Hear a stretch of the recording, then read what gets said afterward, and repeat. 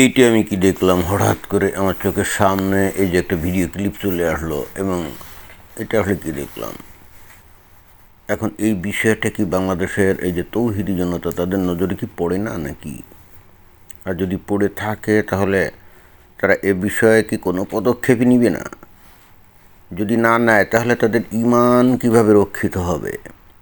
এবং ওই যে কিয়ামতের মাঠে যখন আল্লাহ জিজ্ঞেস করবে তখন উত্তরই বা কী দিবে?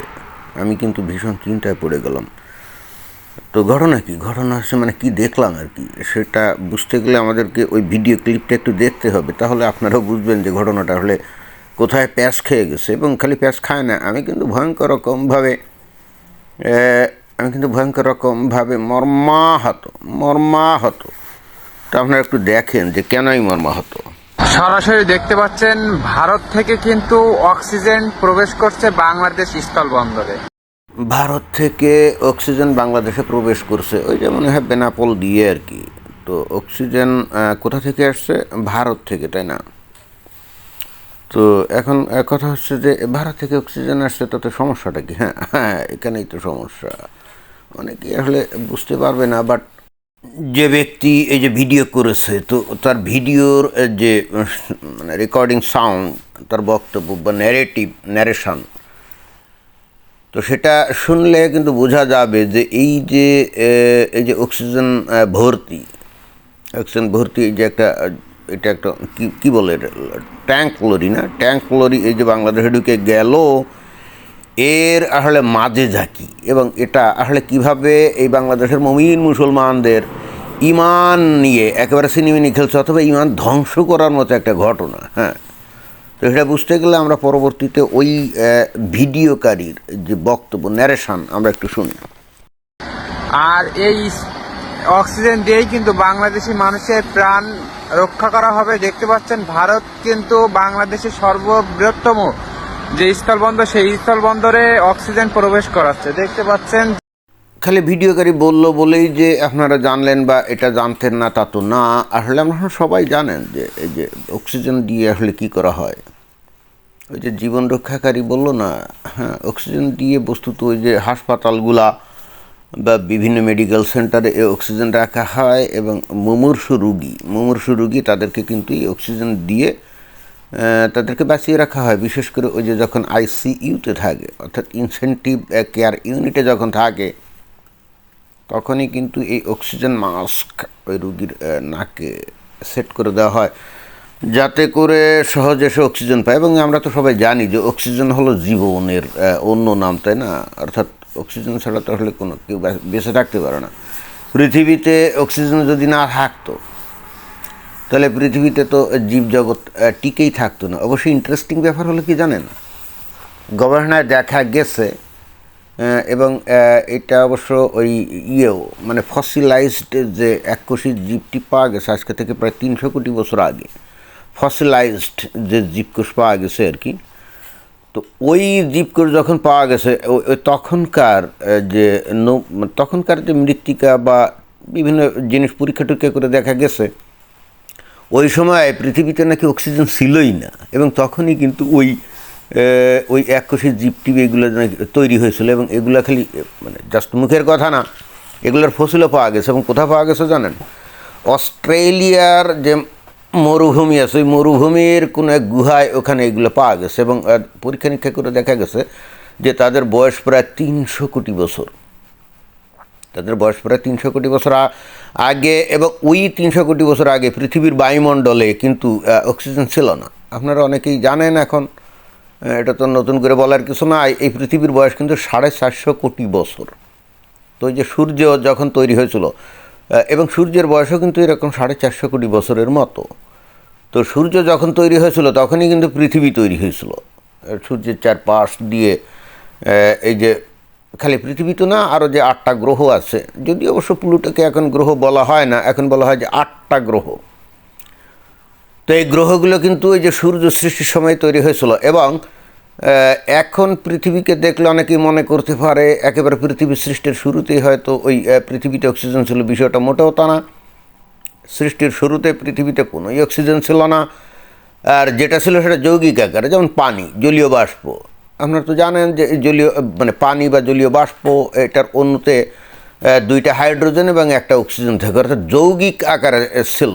কিন্তু মৌলিক পদার্থ হিসাবে যেমন এখন বাতাসে 21% হলো অক্সিজেন, রাইট, আর 77% হলো নাইট্রোজেন। তো এই যে 21% যে অক্সিজেন, এইটা কিন্তু এটা মৌলিক, একেবারে মৌলিক অক্সিজেন আর কি, মৌলিক, যেটা নাকি আমরা শ্বাস প্রশ্বাসের সাথে ওই যে গ্রহণ করি।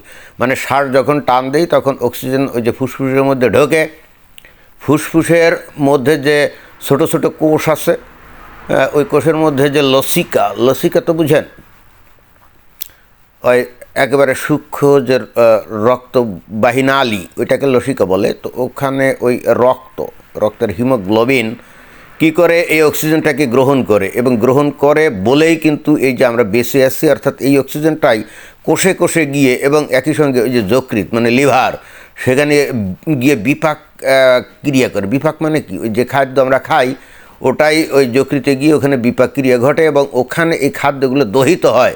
আমাদের যে শরীরে তাপ আমরা পাই সেটা কিন্তু ওখানেই সৃষ্টি হয়। মানে হালকা পাতলা একটু বিজ্ঞানের বিষয় একটু বলে দিলাম। আপনারা তো জানেন যে বিজ্ঞান আমার খুব প্রিয় সাবজেক্ট, নাকি সুযোগ পাইলেই আর কি হালকা ঝেড়ে দেই। যাই গে, ওইটা বলা উদ্দেশ্য আমার এখানে না। এখানে এই যে এখন অক্সিজেনে যে ভারত থেকে আসছে, তাই না, আমার মূল চিন্তার বিষয় ছিল এই অক্সিজেন যদি ভারত থেকে এসে থাকে তো এগুলো কারা তৈরি করছে?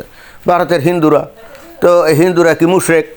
তো এখন মুশরিকদের তৈরি অক্সিজেন দিয়ে যদি বাংলাদেশের এই যে মুমিন মুসলমান তৌহিদি জনতার জীবন যদি বাঁচে, তাহলে এটা কি হলো? এটা কি আল্লাহর সাথে পাল্লা হয়ে গেল না?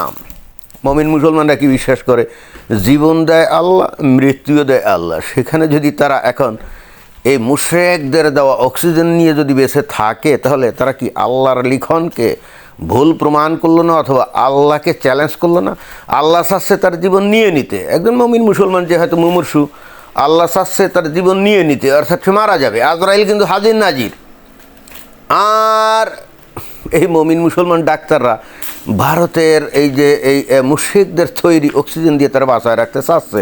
তাহলে এখানে রোগীও আল্লাহর বিরুদ্ধাচরণ করছে।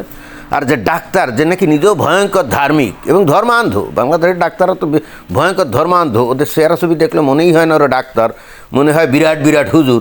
তারা নিজেরা একেবারে জেনে শুনে বুঝে কিভাবে এই মুশরিকদের তৈরি অক্সিজেন দিয়ে রুগীকে বাঁচায় রাখতে চায় আল্লাহর ইচ্ছার বিরুদ্ধে। এইটা দেখেই আমি ভীষণভাবে মর্মাহত। কারণ ঘটনা যদি এটাই হয়, তাহলে এদের অবস্থা কী হবে? যে কিয়ামতের মাঠে আল্লাহ তো জিজ্ঞেস করে, কিরে, আল্লাহ জিজ্ঞেস করবে না, কিরে তোরে তো আমি আজরাইল পাঠাইছিলাম তো জান কবজ করার জন্য, অথচ তুই ভারতের হিন্দু অর্থাৎ মুশরিকদের অক্সিজেন দিয়ে তারা বাঁচায় রাখার চেষ্টা করলি এবং বাঁচায় রাখছিলিও। তুই তো আমার লিখন অর্থাৎ তকদীর ভুল প্রমাণ করলি। এবং যেহেতু ভুল প্রমাণ করছিস, আমার বিরুদ্ধে বিদ্রোহ ঘোষণা করছিস, আমার ইচ্ছার বিরুদ্ধে কাজ করছিস, অতএব তোদের স্থান কোথায় হবে? জাহান্নামের আগুন। ভাই, সেই দাউ দাউ করে আগুনে যখন এরা জ্বলবে, ভাই, সেই কল্পিত ছবিটা আমার সামনে পড়ার কারণে আমি ভয়ঙ্কর রকমভাবে মর্মাহত। কারণ আমি তো চাই না এরা আগুনে পড়ুক, আমি তো চাই এরা বেহেশ থেকে 72 হুরের সাথে মাস্তি করুক, অনন্তকাল সুরাপান করবে আর 72 হুরের সাথে ওয়ান আফটার অ্যানাদার মাস্তি করবে। আমি তো এটাই চাই, বুঝেন না? তো যাই হোক, কী আর করি, আমি দুঃখ প্রকাশ করলেই কি আর না করলেই কি, মুমিন মুসলমানরা তো শুনবে না, তারা ঠিকই ভারতের কাছ থেকে সে অক্সিজেন আনবে। এবং দেখেন কি দুর্দশা, সামান্য অক্সিজেন পর্যন্ত বাংলাদেশ তৈরি করতে পারে না। অথচ বাংলাদেশের হুজুররা সারাক্ষণ বলে ইহুদি নাসারা কাফেররা নাকি ওই কোরআন গবেষণা করে সব কিছু আবিষ্কার করে। সেটাই তো বলে, আমরা শুনি, তাই না? কিন্তু আজ পর্যন্ত দেখলাম যে বাংলাদেশের মুমিন মুসলমানরা দুইটা জিনিস আবিষ্কার করছে, এটা কিন্তু বলতেই হবে। একটা হলো ঢিলা কুলুপ, হ্যাঁ। আর 2 নম্বর কি জানেন?